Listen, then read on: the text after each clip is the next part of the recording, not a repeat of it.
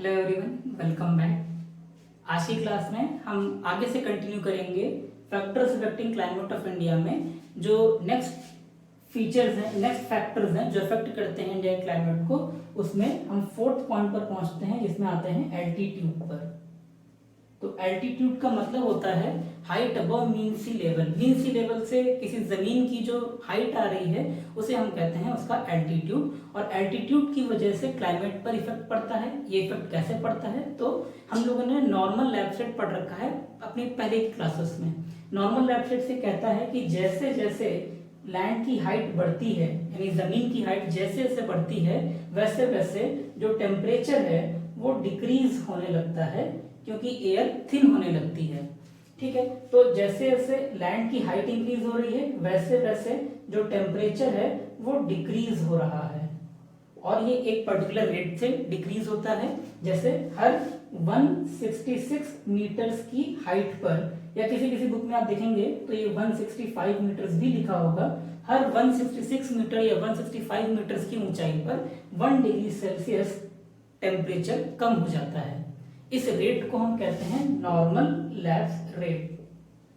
This is called normal lapse rate. और इसी की वजह से जैसे जैसे एल्टीट्यूड इंक्रीज होता है वैसे वैसे टेम्परेचर कम होने लगता है। यही वजह है कि जो शिमला है उसको अगर हम दिल्ली से कंपेयर करें तो Shimla is much cooler than Delhi because it lies at a greater altitude than Delhi. Similarly अगर हम ऊटी की बात करते हैं तो ऊटी भी is much cooler than Kochi because Ooty lies at a higher altitude. Okay, तो जैसे जैसे एल्टीट्यूड इंक्रीज होगा वैसे वैसे टेम्परेचर कम हो जाएगा और वहां पर फिर कूलर टेम्परेचर और कूलर क्लाइमेट देखने को मिलेगा। तो जितने भी हिल स्टेशन इंडिया में उन सभी में क्लाइमेट कूल रहता है। और कूल क्यों रहता है? क्योंकि उनकी हाइट ज्यादा है। ठीक है, नेक्स्ट फैक्टर पे अगर हम देखें तो नेक्स्ट फैक्टर है influence of sea. Influence of sea. Sea का भी एक बहुत इंपॉर्टेंट रोल है इंडिया के क्लाइमेट में। और हम कह सकते हैं कि जहां पर भी सी है किसी कॉन्टिनेंट के पास या किसी कंट्री के आसपास तो वो उसके क्लाइमेट को बहुत ज्यादा इफेक्ट करता है। कैसे इफेक्ट करता है तो इसको अगर हम देखना चाहें तो इंडिया में अगर हम देखें तो India has water bodies on it's 3 sides. India एक पेनिनसुला है। इसके अगर हम वेस्ट में देखें तो यहां पर अरेबियन सी है। Now India is flanked by Arabian sea in the west, Indian ocean in the south and bay of Bengal in the east. तो इंडिया 3 तरफ से बड़ी वाटर बॉडीज से घिरा हुआ है, सराउंडेड है। अब ये जो बड़ी वाटर बॉडीज हैं ये इंडिया के क्लाइमेट को कैसे अफेक्ट करते हैं तो ये वाटर बॉडीज इंडिया में जो विंड्स आ रही थी मॉइस्चर लेकर उनको मॉइस्चर प्रोवाइड करते हैं। तो अरेबियन सी, इंडियन ओशन और बे ऑफ बंगाल ढेर सारा मॉइस्चर प्रोवाइड करते हैं विंड्स को। और यही विंड्स जब मॉइस्चर लेकर आते हैं तो इंडिया में ढेर सारी रेनफॉल भी कराते हैं। तो जो सराउंडिंग सी है ये मॉइस्चर देने का काम करता है, प्रोवाइड करता है विंड्स को मॉइस्चर, जो यहाँ पर रेनफॉल के फॉर्म में शेड होता है। इसके अलावा जो रीजन सी के पास होते हैं इनमें मॉडरेट क्लाइमेट देखने को मिलता है, जबकि जो रीजन सी से दूर होते हैं वहां पर हमें कॉन्टिनेंटल क्लाइमेट देखने को मिलता है। इसी को हम लोग नेक्स्ट टॉपिक में समझ लेते हैं, जिसे हम कहते हैं डिस्टेंस फ्रॉम द सी। ये भी एक फैक्टर है जो इसी से जुड़ा हुआ है, distance from sea. Distance from the sea का मतलब ये हो गया कि समुद्र से उस जमीन की, उस जगह की दूरी कितनी है उस पर भी क्लाइमेट डिपेंड करता है। डिपेंड ऐसे करता है कि हम लोगों ने लैंड ब्रीज और सी ब्रीज पढ़ रखा है पहले से। लैंड ब्रीज में और सी ब्रीज में होता क्या है इसको भी हम डायग्राम से थ्रू समझ लेते हैं ताकि हमें और डिटेल में ये समझ में आ जाए। ठीक है, तो पहले अगर हम सी ब्रीज की बात करेंगे तो डे टाइम में, ठीक है, दिन के टाइम में सपोज हमारे पास में ये एक लैंड है और ये सराउंडिंग सी है या कोई बड़ी वाटर बॉडी है। तो दिन के टाइम में जब सनलाइट पड़ती है तो लैंड जो है वो सी से कंपैरेटिवली 5 टाइम्स ज्यादा हीटअप हो जाता है, जल्दी हीटअप हो जाता है। तो सी पर टेम्परेचर ज्यादा हो गया और लैंड पर टेम्परेचर ज्यादा हो गया। ज्यादा टेम्परेचर होने की वजह से यहाँ पर एक लो प्रेशर क्रिएट हो जाएगा। ये लो प्रेशर क्रिएट हो गया ज्यादा टेम्परेचर होने की वजह से, और सी जो कि लैंड से कंपैरेटिवली कूलर है, यहाँ पर एक हाई प्रेशर जनरेट हो जाएगा, यानी हवा यहाँ पर नीचे की ओर सिंक करेगी कूलर होने की वजह से, और यहाँ पर वार्मर होने की वजह से हवा ऊपर की ओर असेंड करेगी।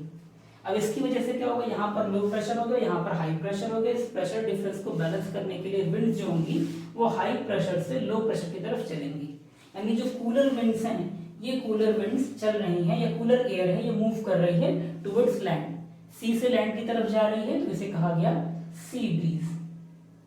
अब ये सी ब्रीज, ये कूलर विंड्स, कूलर एयर है। अब ये कूलर एयर जब ये लैंड की तरफ जा रही है तो जमीन के टेम्परेचर को कम कर रही है, मॉडरेट कर रही है। तो दिन के टाइम में जब टेम्परेचर लैंड का ज्यादा होना चाहिए तो ये मॉडरेट हो गया।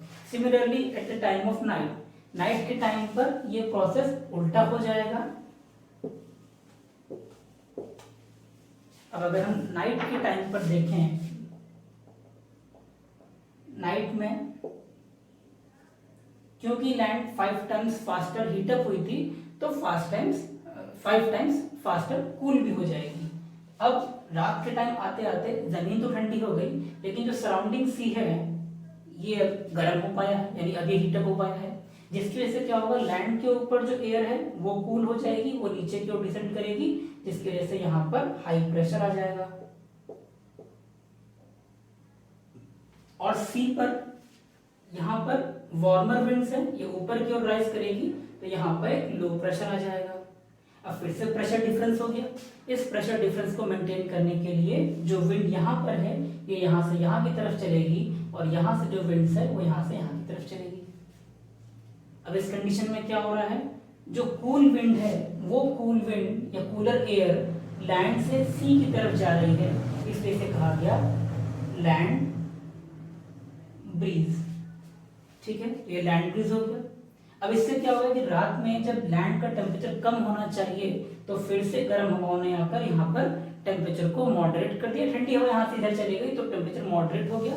इसकी वजह से यहाँ पर हमें दिन और रात दोनों में मॉडरेट टेम्परेचर दिखाई देने लगा।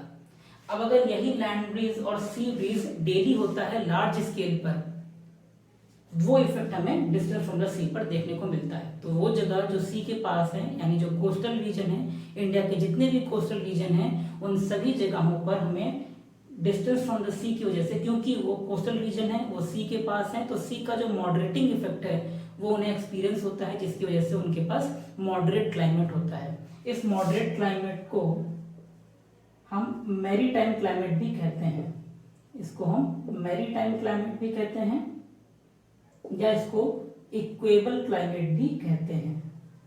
तो इसको मॉडरेट मैरीटाइम या इक्वेबल क्लाइमेट कहा जाता है। और जहां पर भी मॉडरेट मैरीटाइम इक्वेबल क्लाइमेट है वहां पर जो टेम्परेचर है वो throughout the year moderate ही रहता है, जो क्लाइमेट है वो throughout the year moderate ही रहता है, ना बहुत ज्यादा गर्मी होती है ना बहुत ज्यादा ठंडी होती है। ठीक है, और जो रीजन सी से दूर है, यानी वो रीजन जो सी से दूर है एट डिस्टेंस फ्रॉम द सी, जैसे इंडिया के इंटीरियर रीजन्स, अब यहाँ पर सी का मॉडरेटिंग इफेक्ट नहीं पहुंच पाता है, जिसकी वजह से यहाँ पर कॉन्टिनेंटल क्लाइमेट होता है। तो जो रीजन सी से दूर है वहां पर कॉन्टिनेंटल या एक्सट्रीम क्लाइमेट देखने को मिलता है, जिसकी वजह से गर्मियों में वहां पर गर्मी ज्यादा होती है और ठंडियों में वहां पर ठंडी ज्यादा होती है। अगर हम एक समरी में कहें तो जो मॉडरेट क्लाइमेट एक्सपीरियंस करने वाले रीजन हैं वो सी के पास होते हैं, और इसकी वजह से जो एनुअल रेंज ऑफ टेम्परेचर होता है वो कम होता है। जो रीजन सी से दूर होते हैं वहां पर कॉन्टिनेंटल क्लाइमेट या एक्सट्रीम क्लाइमेट एक्सपीरियंस होता है, और वहां पर एनुअल रेंज ऑफ टेम्परेचर ज्यादा होता है। ठीक है, तो ये फैक्टर्स हैं डिस्टेंस फ्रॉम द सी पर। इसके आगे और भी फैक्टर्स हैं, इनको हम नेक्स्ट क्लास में डिस्कस करेंगे। आज के लिए इतना ही कर लेते हैं। Thank you.